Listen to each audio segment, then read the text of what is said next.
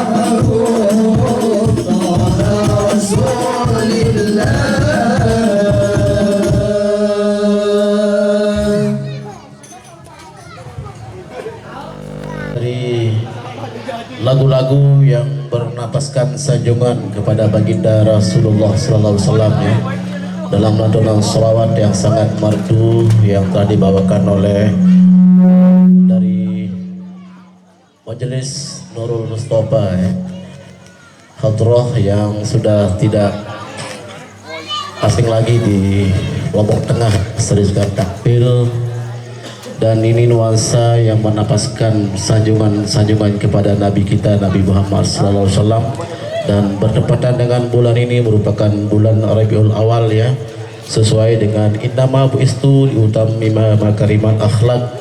Kelahiran Nabi ke tahun ini adalah untuk merubah paradigma hidup manusia ya, dan menjadi manusia yang berakhlak, dan bisa menjadi insan-insan yang bisa berguna bagi insan yang lainnya.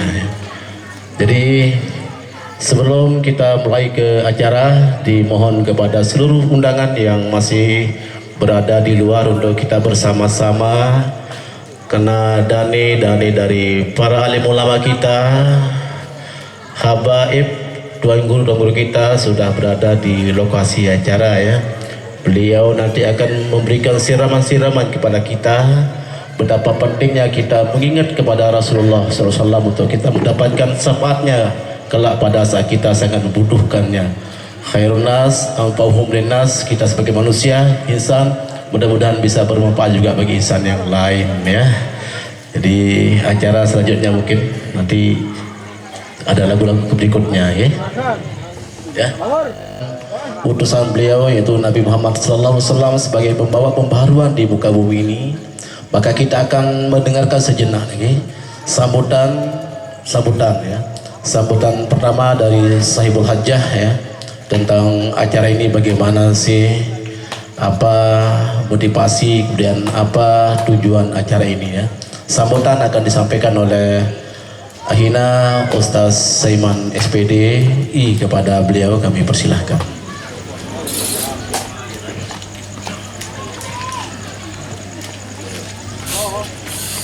Bismillahirrahmanirrahim. Assalamualaikum warahmatullahi wabarakatuh. Alhamdulillahillazi binikmatihi tatimmus sholihat. Summa alhamdulillahillazi arsala rasulahu bil huda wa dinil haq liyuzhirahu ala dini kullih wa kafa billahi syahida. Asyhadu an la ilaha illallah wa ashhadu anna Muhammadan abduhu wa rasuluh la nabiyya ba'da. Allahumma salli wa sallim wa barik ala sayyidina Muhammad wa ala alihi wa ashabihi wa zurriyatihi wa ahli baitihi al-kirami ajma'in. Amma ba'd. Al-mukarramun, para tuan guru yang kita sama-sama muliakan, para asatiz, tokoh agama, tokoh masyarakat yang berkesempatan hadir pada malam hari ini, sekaligus kami ucapkan selamat datang kepada Al-Mukarram Tuan Guru Haji Imron Harum LC yang juga kita sama-sama muliakan, tokoh agama, tokoh masyarakat, singkatnya hadirin hadirat rahimakumullah. Puji beserta syukur kita panjatkan kehadirat Allah Subhanahu wa taala, di mana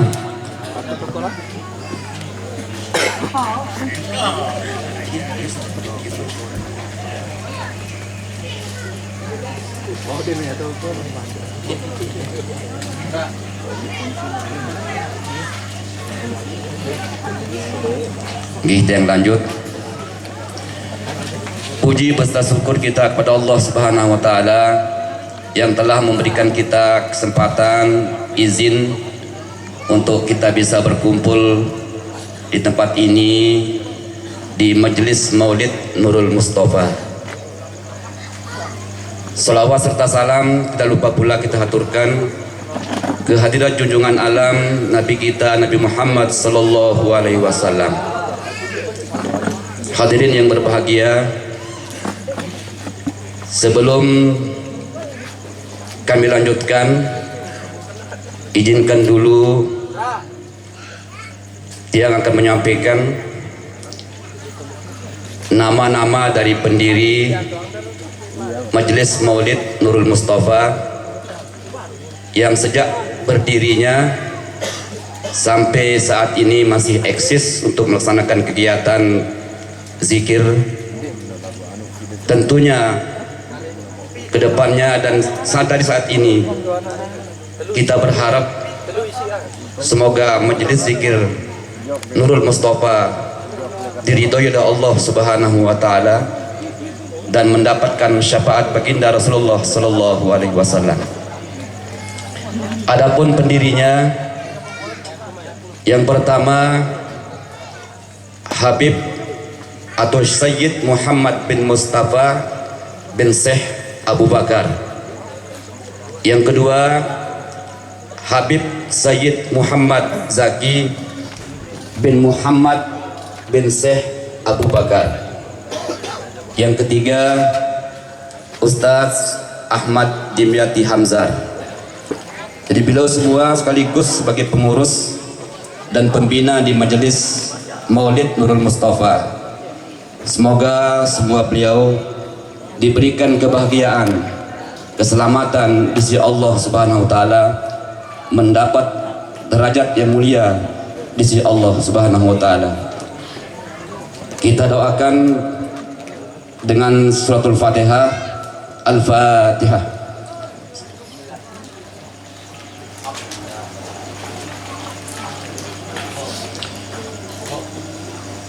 Kedua kalinya, tidak lupa pula kami haturkan ucapan terima kasih yang seagung-agungnya atas kesempatan pelungguh sami menghadiri undangan Ananda Haji Hadi Rahman. Tentunya semoga Allah Subhanahu wa taala membalasnya dengan kebaikan. Hadirin yang berbahagia, tujuan diadakan atau didirikan Majelis Maulid Nurul Mustafa ini adalah tiada lain untuk menjadi majelis zikir yang mampu memberdayakan sekaligus menggerakkan sumber daya umat Islam agar tercapai derajat dan harkat martabat kemanusiaan, tentu yang beriman bertakwa pada Allah Subhanahu wa taala. Yang kedua kalinya Majelis Maulid Nurul Mustafa sebagai majelis ajang silaturahmi antar majelis-majelis yang lain untuk membina kerukunan dan bersama-sama melakukan syiar-syiar Islam dalam rangka mengingat dan mengenang kembali kelahiran baginda Rasulullah Sallallahu Alaihi Wasallam. Mohon izin sedikit sampaikan, ada beberapa fadilah ketika kita berkumpul dalam majelis zikir ini. Dalam Sahih Muslim dari Abu Hurairah radhiyallahu anhu, Rasulullah sallallahu alaihi wasallam bersabda, la yaqudu qaumun yadhkurunallaha ta'ala. Tidaklah satu kaum, satu kelompok yang duduk di suatu tempat dalam berzikir kepada Allah Subhanahu wa taala. Zikir secara umum diucapkan dengan lisan, diingat dalam hati, itu zikir. Lalu akan mendapatkan 4 fadilah. Yang pertama, illa haffathumul malaikatu. Malaikat-malaikat semua berpudang untuk mengelilingi majelis-majelis zikir. Yang kedua, wa ghasyatuhumur rahmah. Dan Allah akan mencurahkan rahmat, menurunkan rahmatnya dalam suatu majelis zikir. Di zikir ini yang pura banyak macamnya. Majelis taklim, majelis zikir, bacaan solawat, tahlil, tahmid, semuanya termasuk majelis zikir. Yang ketiga, wa nazalat alaihimus sakinatu. Dan Allah turunkan ketenangan dalam hati-hati kita. Ketika kita dalam majelis zikir, tidak ada orang yang susah, semuanya senang, bergembira, karena kita sedang melantunkan sholawat, melantunkan tahlil, maka tidak ada orang susah. Itu majelis zikir, Allah turunkan ketenangan dalam hati. Makanya ketika kita susah, hadiri pengajian, hadiri majelis zikir, insya Allah yang galau, susah, hilang semuanya. Dan yang keempat, wa zakarahumullah ta'ala biman indahu. Dan Allah menyebut-nyebut kita di langit, orang-orang yang banyak zikir, kelompok-kelompok zikir majelis-majelis zikir itu menjadi viral di langit. Tapi sekarang beda, orang mencari viral lewat TikTok. Alangkah indahnya kalau kita tetap hadir dalam majelis-majelis pengajian, majelis-majelis ilmu, majelis-majelis zikir, maka kita dipiralkan oleh Allah di langit di hadapan para malaikat-malaikatnya. Akhirnya sekali lagi mohon maaf kiranya dalam sambutan ini ada kekurangan, mohon maaf yang sebesar-besarnya. Sekali lagi ucapan terima kasih kami sampaikan atas kehadiran dan kerauhan pengurus kami. Wabillahi taufiq wal hidayah. Assalamualaikum warahmatullahi wabarakatuh.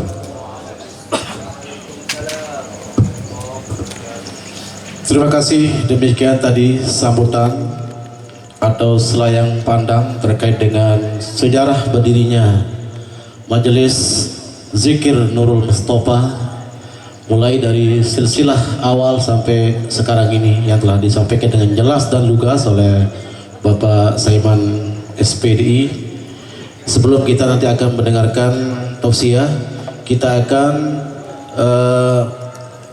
mulai dengan acara pembacaan maulid dan mahlul qiyam, akan dipimpin langsung oleh yang terhormat Habib Ahmad Zaki bin Habib Muhammad bin Abu Bakar. Kepada beliau kami dakwakan.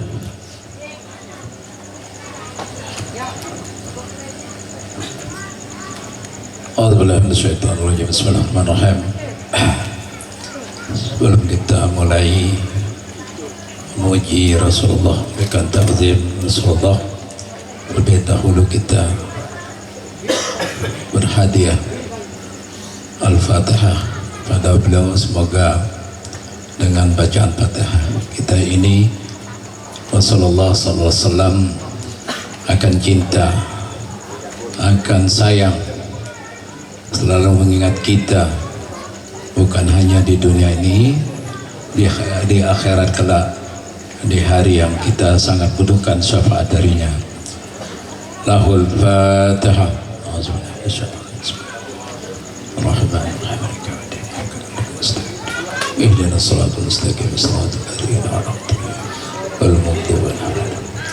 Yang kedua kalinya, mari kita hadiahkan surah Al-Fatihah kepada kedua orang tua kita yang masih hidup maupun meninggal dunia, semua dengan berkah kemuliaan keagungan lahirnya baginda Rasulullah sallallahu alaihi wasallam. Amal-amal mereka diterima oleh Allah Subhanahu wa taala, diampuni segala dosanya dan didapatkan di sisi Allah Subhanahu wa taala, mendapatkan pengampunan, kebahagiaan, keselamatan di dalam kuburnya, dan diberikan derajat yang tinggi di sisi Allah Subhanahu wa taala. Ala hadiniyah wa kullinatin salihah lahumul fatihah. A'udzubillahi minasyaitonir rajim.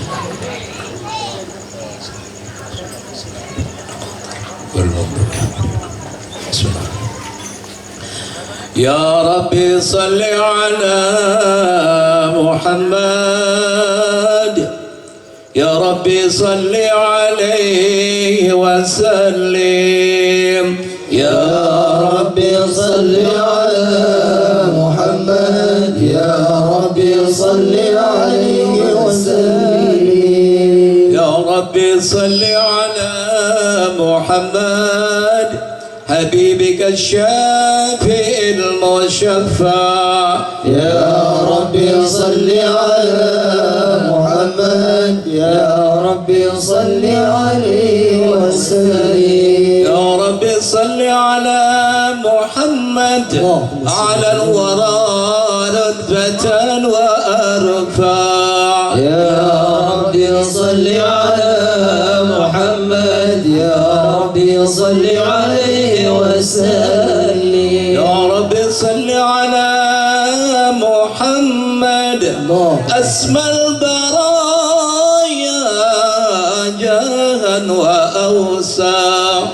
Ya Rabbi salli ala Muhammad, Ya Rabbi salli alaihi wa sallim. Ya صل على محمد واسلك بنا ربي خير مغيا.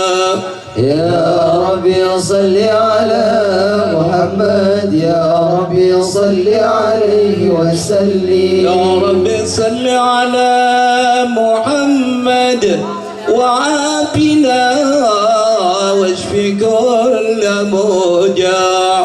يا ربي صل على محمد يا ربي صل عليه وسلم.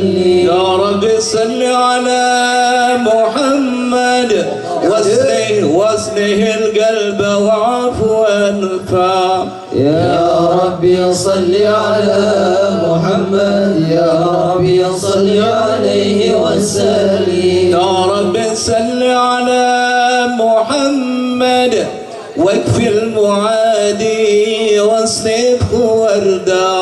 يا ربي صل على محمد يا ربي صل عليه وسلم. يا ربي صل على محمد ندخل في حسنك الممنع.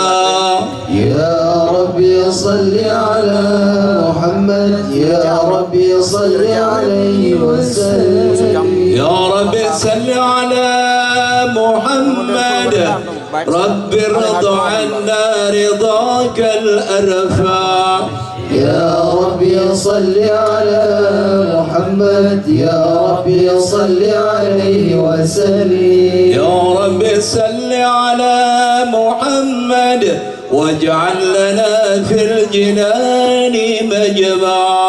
يا ربي صل على محمد يا ربي صل عليه وسلم. يا ربي صل على محمد رافق بنا خير خلقك جماع. يا ربي صل على محمد يا ربي صل عليه وسلم. يا ربي صل على محمد يا رب صل عليه وسلم. يا ربي صل على محمد يا ربي صل عليه وسلم. اللهم صل وسلم وبارك عليه وعلى آله. أعوذ بالله من الشيطان الرجيم. بسم الله الرحمن الرحيم. إنا فتحنا لك فتحا مبينا يغفر لك الله ما تقدم من ذنبك وما تأخر ويتم نعمته عليك ويهديك صراطا مستقيما وينصرك الله نصرا عزيزا. لقد جاءكم رسول من أنفسكم عزيز عليه ما عنتم حريص عليكم بالمؤمنين رؤوف رحيم. يا رحيم. فإن تولوا فقل حسبي الله لا إله إلا هو عليه توكلت وهو رب العرش العظيم. يا عظيم. إن الله وملائكته يصلون على النبي. اللهم صل عليه. يا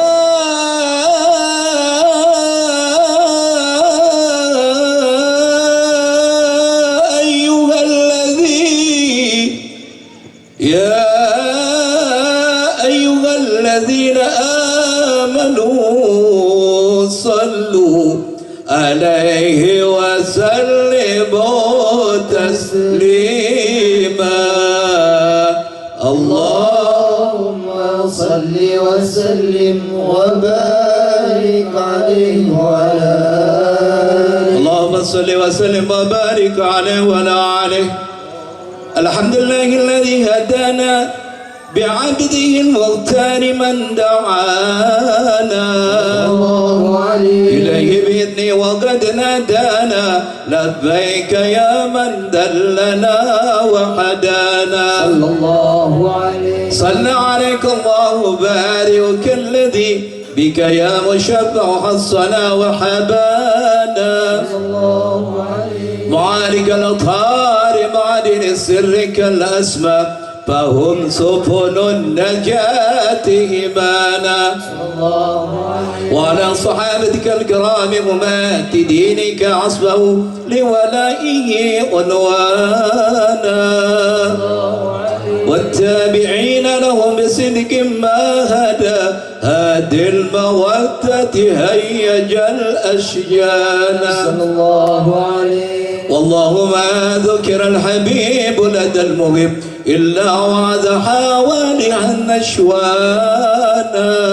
الله عليه. أين المحبون الذين عليهم بذل النفوس مع النفاء استهانا. صلى الله عليه. لا يسمعون بذكر طه المصطفى إلا بانتعشوا وأذهب رانا. صلى الله عليه. واحتاجت الأرواح تشتاق اللقاء وتحن تسأل ربها الرضوانا. صلى الله عليه. أهل المحبين كذا كذا فاسمع إلى سير المشفى والهف الأذان. وانصت إلى أصحاب طه المجتبى واهدر لقلبك يمتلئ بجنان. يا ربنا صل وسلم دائما على حبيبك من إليك دعانا. اللهم صل وسلم وبارك عليه وعلى آله. وأجمل منك لم ترى كنت وعيد. عليه. خلقت مبرأ من كل عيب.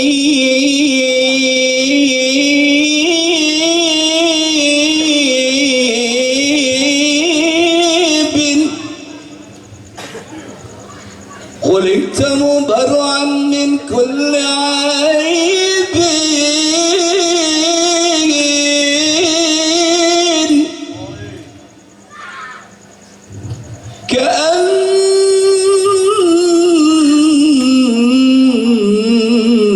كأنك قد خلقت كما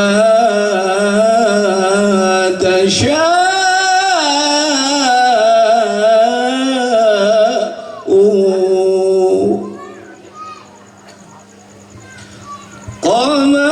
قمرون قمرون قمرون سنن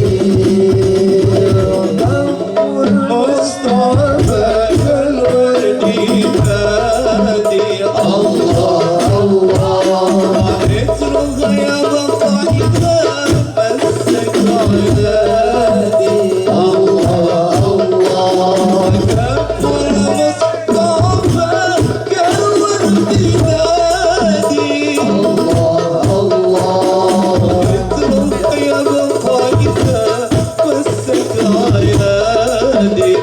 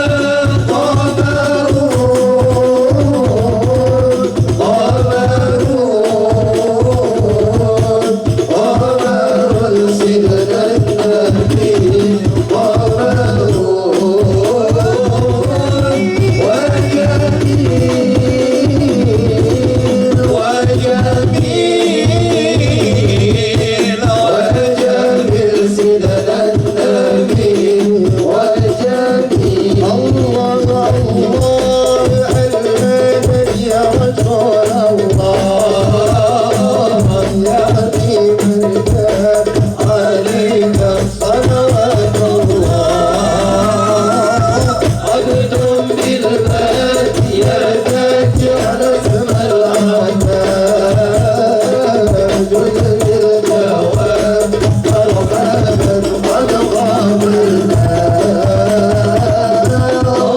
الله المدد يا رسول الله يا عظيم الجاه عليك الصلوات الله عبد بالبال يرتدي اسم الأعداء يدمي الجواب مرحبا قد طال بالجد مطهد النور إني ملهوف أخذني بحال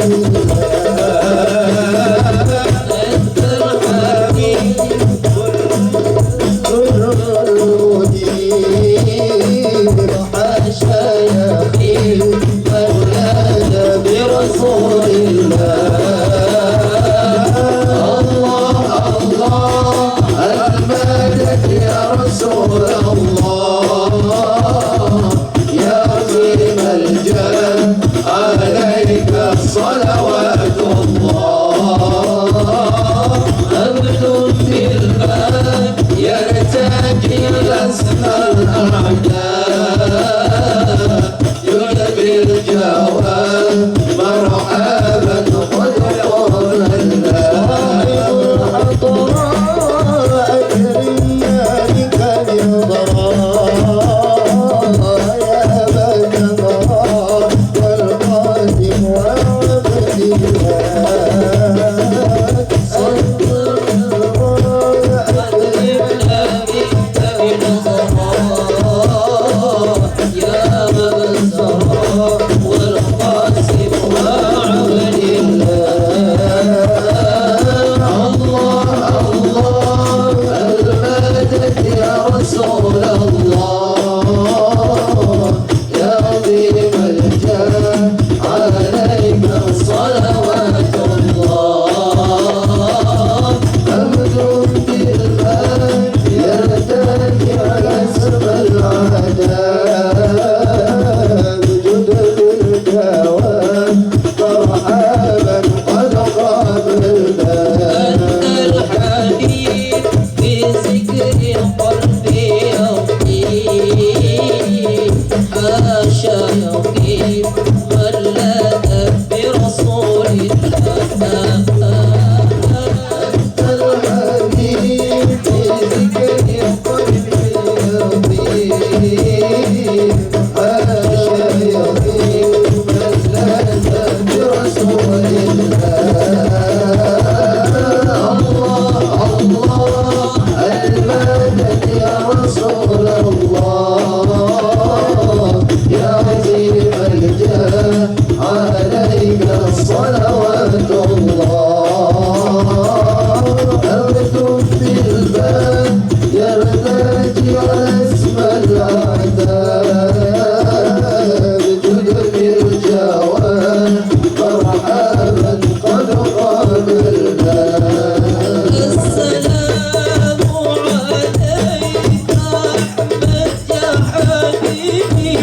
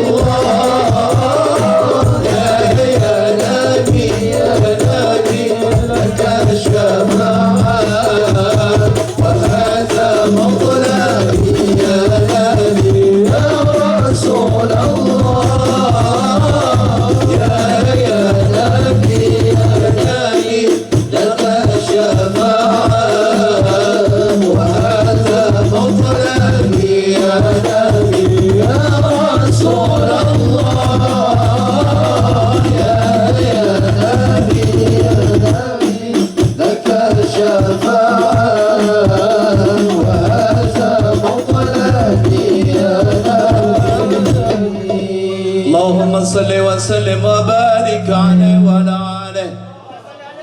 نبأنا الله فقال جاءكم نور فسبحان الذي أنبانا صلى الله عليه والنور طه أبدو النبي في ذكره عظم به ممن منانا صلى الله عليه ورحمة المولى تأمل قوله فليفرحوا واكدوا به فرحانا صلى الله عليه مستمسكا بالعروة الوثقى ومعتصما بحبل الله من أنشانا صلى الله عليه واستشعرا أنوار مكنمة كنت نبيا قال آدم كان صلى الله عليه بين التراب بين ماء فاستفق من غفلة أنذى وكن يقظانا صلى الله عليه وعبر الأسرار ربي لم يزل ينقلني بين الخيار مصانا صلى الله عليه لم تفترق من شعبتين إلا أنا في خيرها حتى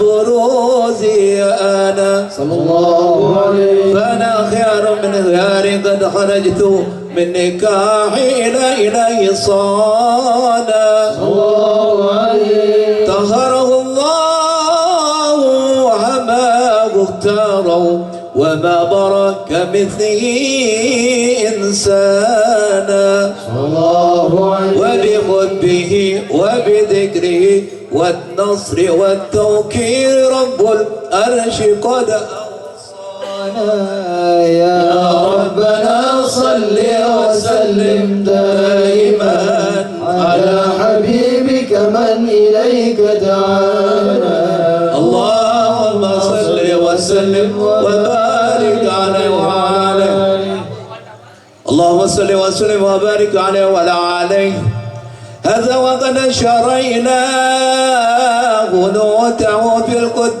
بينها لنا تبيانا أخذ ميثاق النبيين لما آتيتكم من حكمة إحسانا صلى الله عليه وجاءكم رسولنا لتؤمنون وتنصرون وتصبحوا أعوانا صلى الله عليه قد بشروا أقوامهم بالمصطفى أعظم بذلك رتبة ومكانا صلى الله عليه فهو وإن جاء الأخير مقدم يمشون تحت لواء من نادانا صلى الله عليه يا أمة الإسلام أول شافع ومشفع أنا غبت لا أتوانا صلى الله عليه أتونا ترفع وسنطوت وقل يسمع لقولك نجم فخرك بانا لواء حمد الله جل بيدي ولا أولا آتي أنا الجنان صلى الله عليه وإكرام الخلق على الله أنا فلقد حباك الله منه حنانا ولسوف يعطيك فترضى جل من موت تقاصر عن عطاه نهانا صلى الله عليه بالله ذكري بالله كرر ذكرى وصف محمد كيما تذيع عن القلوب يا ربنا صل وسلم دائما على حبيبك من إليك دعانا اللهم صل وسلم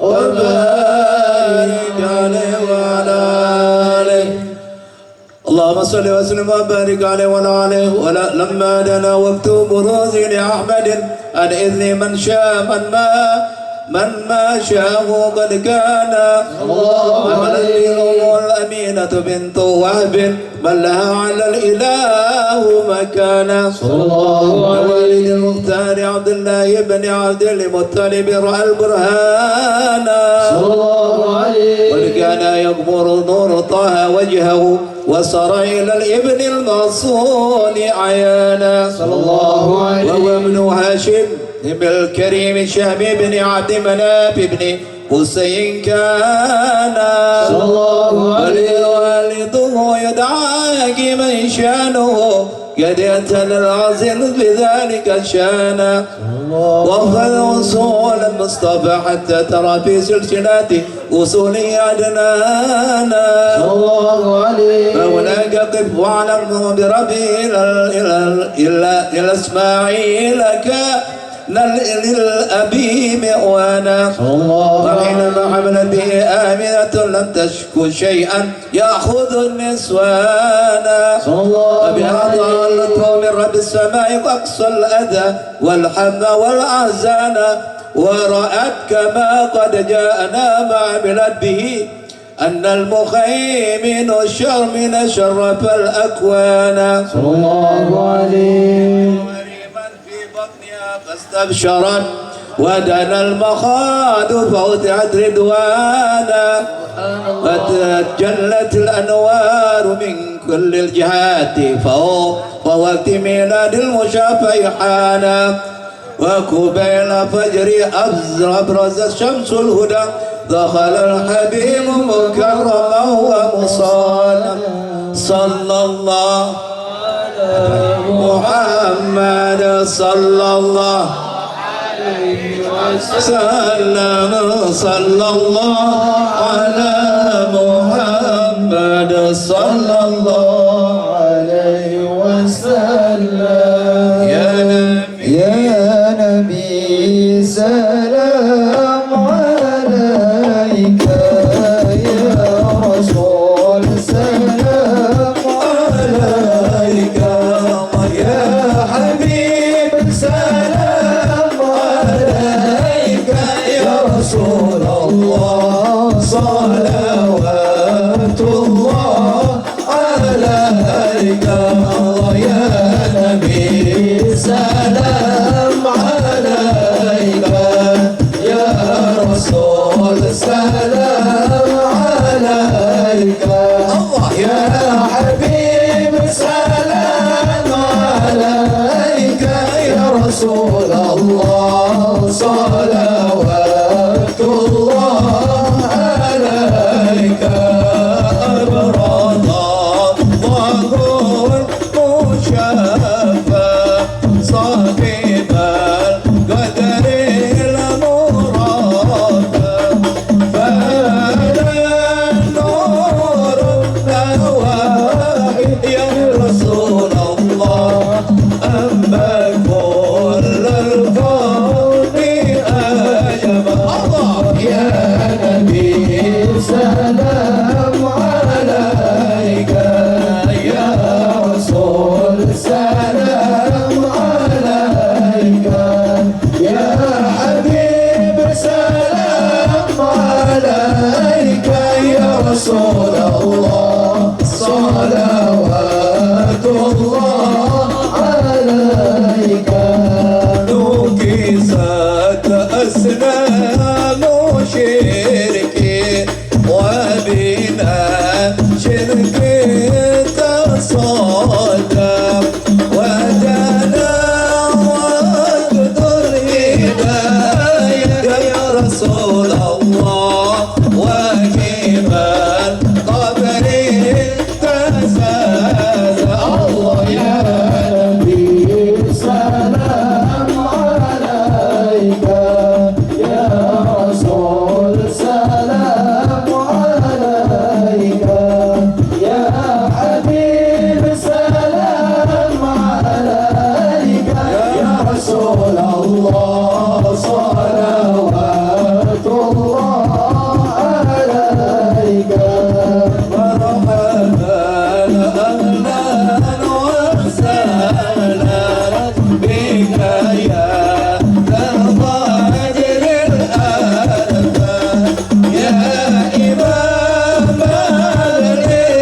الرسالة يا رسول الله من به أثبت تؤنف الله يا نبي سلام عليك يا رسول سلام عليك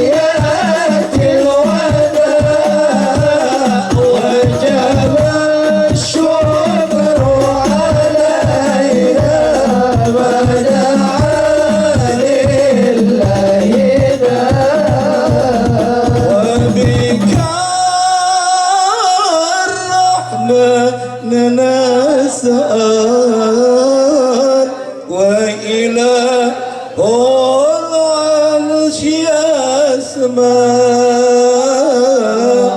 يا عظيم المن يا رب شملنا بالمصطفى جمال صلى الله على محمد مرحبا يا رسول الله صلى الله عليه وسلم مرحبا صلى الله على محمد مرحبا صلى الله عليه وسلم مرحبا وبه فانظر إلينا واتنا به كل ما طمع واكفنا كل البلايا وادفع الآفات وارفع صلى الله على محمد مرحبا يا رسول الله صلى الله عليه وسلم مرحبا صلى الله على محمد مرحبا صلى الله عليه وسلم مرحبا رب فاغفر لي ذنوبي يا الله ببركة الهدي المشفع يا الله ربي فاغفر لي ذنوبي يا الله ببركة الهدي المشفع يا الله واسقينا يا رب اغثنا يا الله بحياة الضال يا الله ربي فاغفر لي ذنوبي يا الله ببركة الهادي المشفع يا الله واتم الأمراض غسنا يا الله وانسين الأخذة ومرجع يا الله ربي فاغفر لي ذنوبي يا الله ببركة الهادي المشفع يا الله وصلاة الله تغشى بلغ الحسن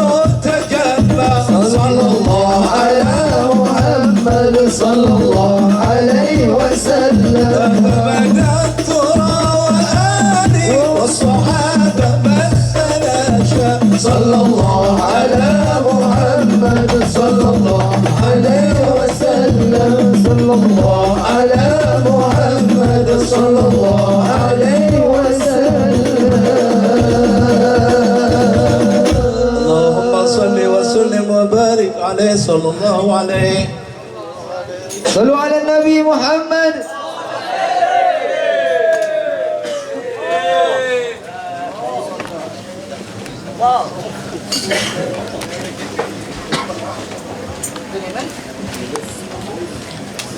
Ingin matur dan kasih kepada Dani Habib yang telah memimpin membacakan maulid ya, sekaligus ngurisan Ananda Mopin Alesa Mazaya Zakiyah, putri dari Denis dan Nopita ya.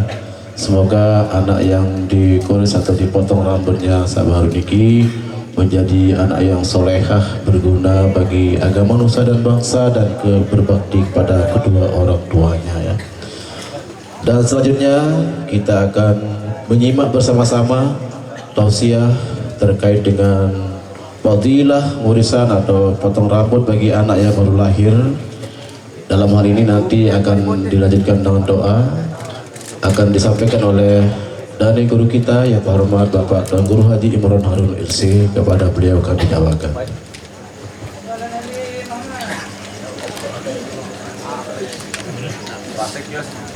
Sallu ala Nabi Muhammad. Bismillahirrahmanirrahim. Assalamualaikum warahmatullahi wabarakatuh. Alhamdulillahi rabbil alamin. Alhamdulillahilladzi hadana lihadza wa ma kunna linahtadiya laula an hadana Allah. Wassalatu wassalamu ala Rasulillah Muhammad ibn Abdullah wa ala alihi wa ashabihi wa mawalah ila yaumiddin, amma ba'd. Faqala ta'ala a'udzu billahi minasy syaithanir rajim. Ya ayyuhalladzina amanu taqullaha haqqa tuqatih wa la tamutunna illa wa antum muslimun. Shadaqallahul azim. Yang sama-sama kita hormati dan muliakan Dani Al-Mukarram Al-Habaib yang membersamai Tiampul Gosami dalam majlis yang mulia ini, yang sama-sama kita hormati Al-Mukarramun para asatidah, dan yang kita hormati tokoh agama, tokoh masyarakat, hadirin hadirat yang berbahagia, dan bil khusus kepada segenap anggota dari Majlis Zikir atau Majlis Salawat Nurul Mustafa yang tadi sudah disampaikan sekapur sirih tentang Majlis Zikir. Tentu yang menyebabkan kehadiran kita bersama di tempat yang mulia ini, yang menyebabkan kita berkumpul di tempat yang mulia ini adalah dengan adanya Majlis Nurul Mustafa sebagai fasilitator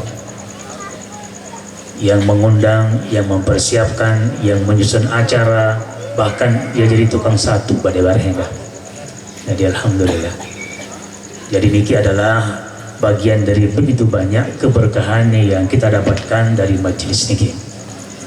Seperti yang disampaikan oleh salah seorang pengurus dalam kata sambutan, bahwa majlis niki kita harapkan menjadi penggerak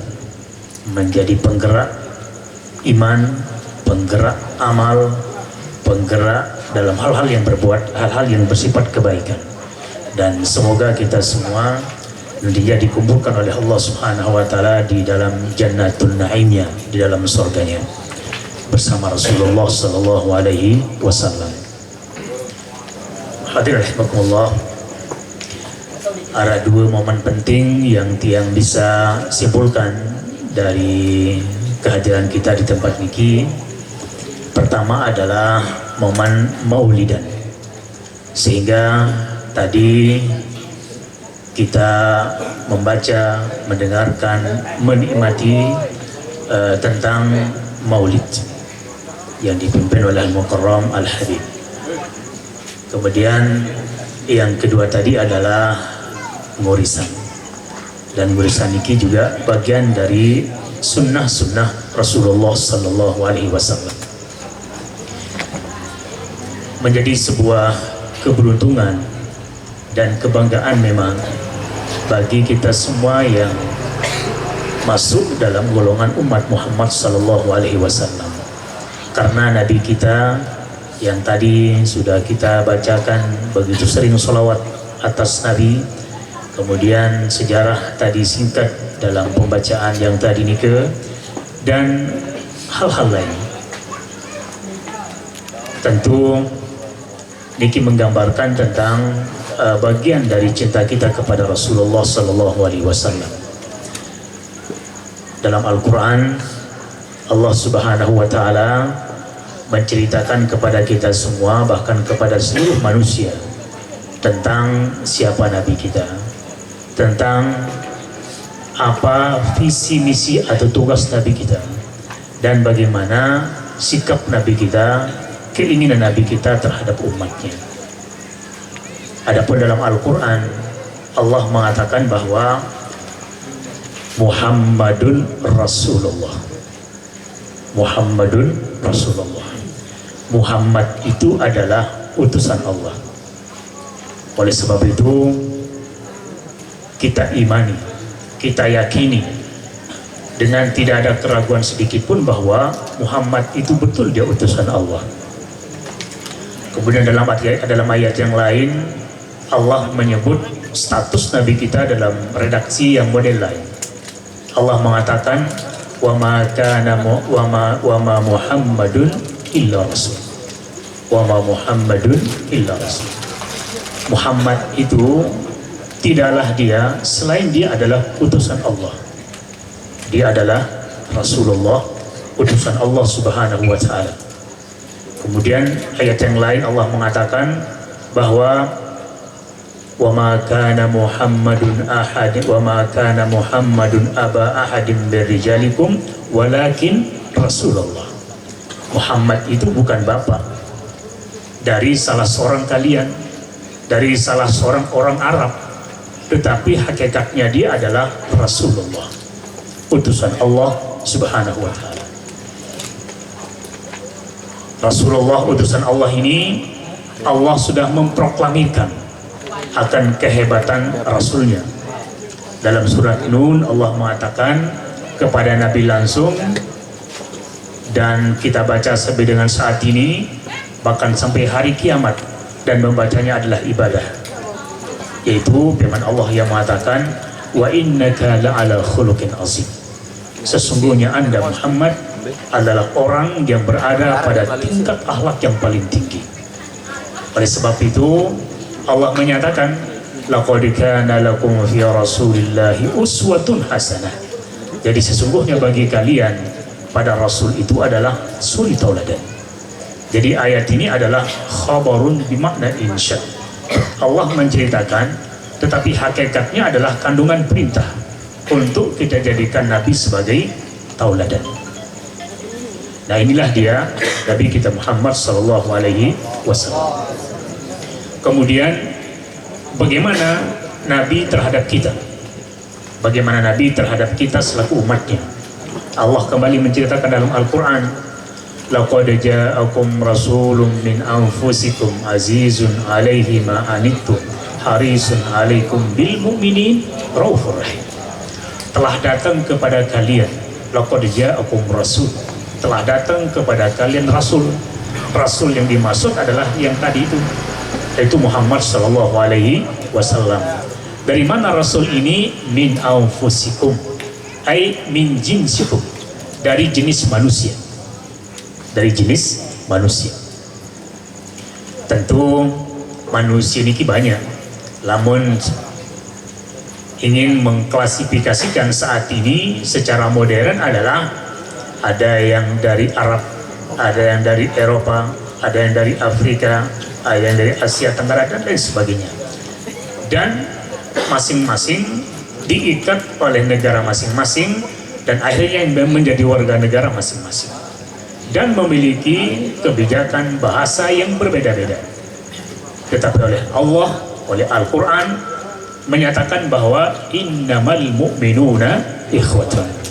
Sesungguhnya semua orang mukmin itu adalah bersaudara, dimanapun dia dan apapun dia, jenis apapun marganya, selama dia adalah muslim, maka Allah mengatakan ikhwah, kita bersaudara. Kita bersaudara. Bagaimana model persaudaraan itu? Nabi menggambarkan al-muslimu akhul muslim. Satu orang muslim adalah bersaudara dengan muslim yang lain. Dan Allah, Nabi mengibaratkan bagaimana kita dengan sesama muslim. Allah mengatakan kal bunyan, bagikan satu bangunan, yashuddu ba'duhu ba'dan, dan harus memperkuat. Kelompok apapun dia, organisasi apapun dia, kemanapun dia berguru, selama dia muslim, kita harus membentuk satu bangunan yang kokoh, menjadi satu bangunan. Bangunan yang dimaksud adalah bangunan dalam Islam, begitu kita masuk dalam gedung Islam, maka tidak ada perbedaan selain kita semua adalah bersaudara. Bagaimana kita bersaudara itu? Allah mengatakan dalam Al-Quran bahwa orang-orang atau Nabi bersama para sahabat dan kita semua ini adalah harus adillatin alal mu'minin a'izzatin alal kafirin. Sesama kita bersaudara semuslim itu harus adillatin alal mu'minin, merendahkan diri, tawadhu, tidak boleh angkuh, tidak boleh merasa paling hebat di hadapan saudara muslim, tetapi adalah justru dia yang menganggap dirinya di bawah saudaranya muslim. Yang dianggap oleh yang lain tinggi tidak boleh menyatakan dia yang paling tinggi dan merendahkan orang lain, tetapi justru memberikan penilaian, penghargaan kepada saudara yang lain dengan mengatakan dia lebih baik dari saya. Dan itulah yang disebut dengan saling menghormati, saling menghargai, saling menjunjung tinggi. Dan itulah seorang muslim, itulah sikap seorang muslim yang diajarkan oleh Allah lewat Nabi kita Muhammad sallallahu alaihi wasallam. Kemudian apa visi Nabi kita Muhammad sallallahu alaihi wasallam? Dalam surat Al-Ahzab Allah mengatakan, ya ayyuhan nabi inna arsalnaka syahidan wa mubasysyiran wa nadhiran wa sirajan munira wa da'iyan ila Allah wa da'iyan wa sirajan munira. Jadi Allah mengatakan, ya ayyuhan nabi, wahai nabi, inna arsalnaka, saya menjadikan kamu utusan saya, menjadi utusan saya, menjadi rasul saya di muka bumi itu adalah syahidan, menjadi saksi atas nabi-nabi yang sudah telah menyampaikan dakwahnya kepada umatnya, menjadi saksi atas kita semua ini adalah umatnya. Oleh sebab itu, oleh Nabi pada hari kiamat yattabil bantam, kita akan dibeli bantam. Makanya begitu Nabi atau di akhir hayat Nabi, yang disebut oleh Nabi adalah umatnya, ummati ummati ummati. Jadi marah-marah serembat Nabi meninggal dunia dengan umatnya. Begitu nanti kita akan berada pada mahsyar, setelah melewati proses mahsyar, kemudian akan melewati sirat, Nabi berada di pintu sirat. Apa yang dilakukan oleh Nabi? Ya Rabb ummati ummati ummati, ya Allah umatku. Artinya Allah minta atau Nabi minta kepada Allah agar umatnya yang akan melewati sirat ini selamat dan tidak jatuh di bawahnya ada neraka. Makanya mengatakan ummati ummati. Itulah Nabi kita, menjadi syahidan, menjadi saksi di dunia dan di akhirat. Kemudian inna arsalnaka syahidan wa mubasysyiran wa nadhiran. Kemudian tugas yang kedua Nabi adalah pemberi motivasi dengan menceritakan kabar-kabar gembira, kebahagiaan akhirat bil khusus bagi umat-umatnya yang beriman dan beramal soleh. Bi'anna lahumul jannah, bahwa bagi mereka nanti akan diberikan surga. Begitu banyak hadis-hadis yang Nabi sampaikan kepada umatnya yang berisikan tentang janji-janji kebaikan bagi umatnya yang beriman dan beramal soleh. Kemudian nadhiran, memberikan peringatan terhadap orang-orang yang kafir, orang-orang yang maksiat. Jadi seolah-olah Nabi mengatakan, wahai orang kafir, hati-hati, kalau Anda mempertahankan kekufurannya sampai meninggal dunia, maka kalian sudah ditunggu oleh neraka. Dan ini artinya adalah memberikan peringatan agar mereka kembali kepada Allah atau bertaubat dan menuju kepada bangunan Islam. Nah, kemudian wada'iyan ilallah, dan Nabi itu selalu mengajak manusia, mengajak umatnya menuju kepada Allah, menuju kepada mengesahkan Allah, menuju kepada taat kepada Allah. Da'iyan ilallah. Kemudian yang terakhir adalah wasirajan munira, menjadi penerang siraj muniran, menjadi lampu yang akan menerangi jagat raya ini. Agama yang dibawa oleh Nabi ini adalah akan memberikan keterang benderangan bagi orang yang menjadikan agama sebagai Islam sebagai agamanya. Terang benderang dalam berkata sehingga benar, terang benderang ketika berbuat sehingga tidak pernah salah dalam melangkah, dan akhirnya akan menuju kepada surga Allah Subhanahu wa Ta'ala. Kemudian ayat ini diakhiri dengan mengatakan wa basyir al-mu'minin bi anna lahum fadlan aziman. Jadi kabar berkahlah, kabar gembira kepada orang-orang yang mukmin bahwa mereka akan diberikan karunia yang besar oleh Allah Subhanahu wa Ta'ala. Mudah-mudahan Allah Subhanahu wa Ta'ala memberikan kita taufik dan hidayah, memberikan kita kekuatan, keistiqomahan pada agama Allah, pada agama Nabi kita Muhammad sallallahu alaihi wasallam, dan semoga cinta kita kepada Nabi semakin kuat, semakin kokoh, dan dibuktikan dengan mengikuti ajaran-ajarannya, dan mudah-mudahan kita mendapatkan dunia yang fana ini dalam iman dan Islam. Amin ya rabbal alamin. Ini saja yang bisa saya sampaikan, mohon maaf kurang lebih. Wallahu ta'ala alam bissawab. Wassalamualaikum warahmatullahi wabarakatuh. Waalaikumsalam.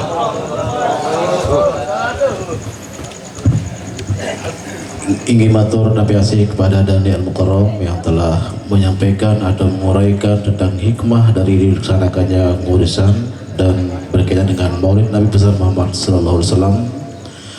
Dan untuk lebih barokahnya kegiatan kita pada malam hari ini, maka kita akan berdoa, bermunajat kepada Allah Subhanahu wa Ta'ala. Doa akan dipimpin oleh yang terhormat Ustaz Rasidin, kepada beliau dipersilahkan.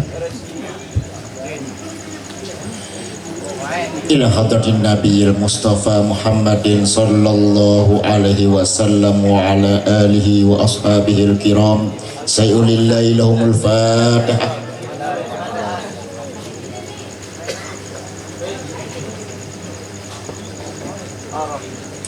A'udzu billahi minasyaitonir rajim. Bismillahirrahmanirrahim. Alhamdulillahirabbil alamin. Hamdan syakirin, hamdan na'imin, hamdan mustaghfirin. Hamdan yuafi ni'amahu wa yukabi'u mazidah. Ya Rabbana lakal hamdu kama yanbaghi li jalali wajhikal karim azim sultanik.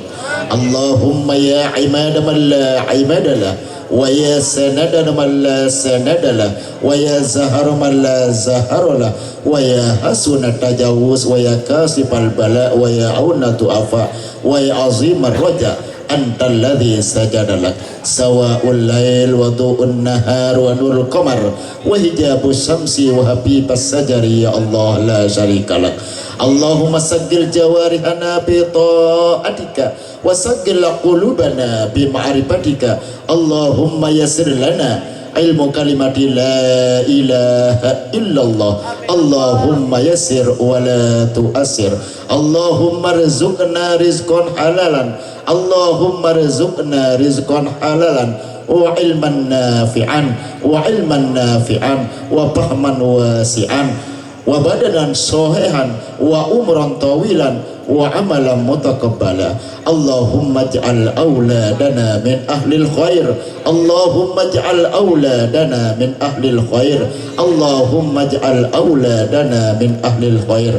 Allahumma ij'al auladana min ahlil ilmi wa la taj'al auladana min ahlid dhair innaka ala kulli syai'in qadir. Rabbana atina fid dunya hasanah wa fil akhirati hasanah wa qina adzabannar. Rabbana hablana min azwajina wa dzurriyyatina qurrata ayunin waj'alna lil muttaqina imama. Allahumma arinal haqqo haqqan warzuqna ittiba'ah wa arinal batila batila warzuqna ijtinabah. Subhana rabbika rabbil izzati amma yasifun wa salamun alal mursalin walhamdulillahi rabbil alamin. Al-Fatihah.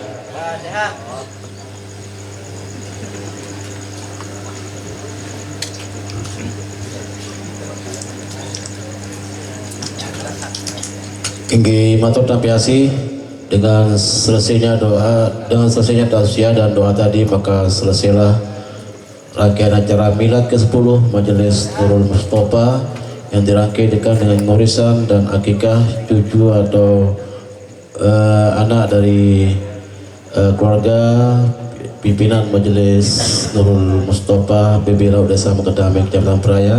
Kurang lebihnya kami mohon maaf atas segala kurangannya, dan acara selanjutnya kami serahkan ke panitia. Terima kasih. Assalamualaikum warahmatullahi wabarakatuh. Waalaikumsalam.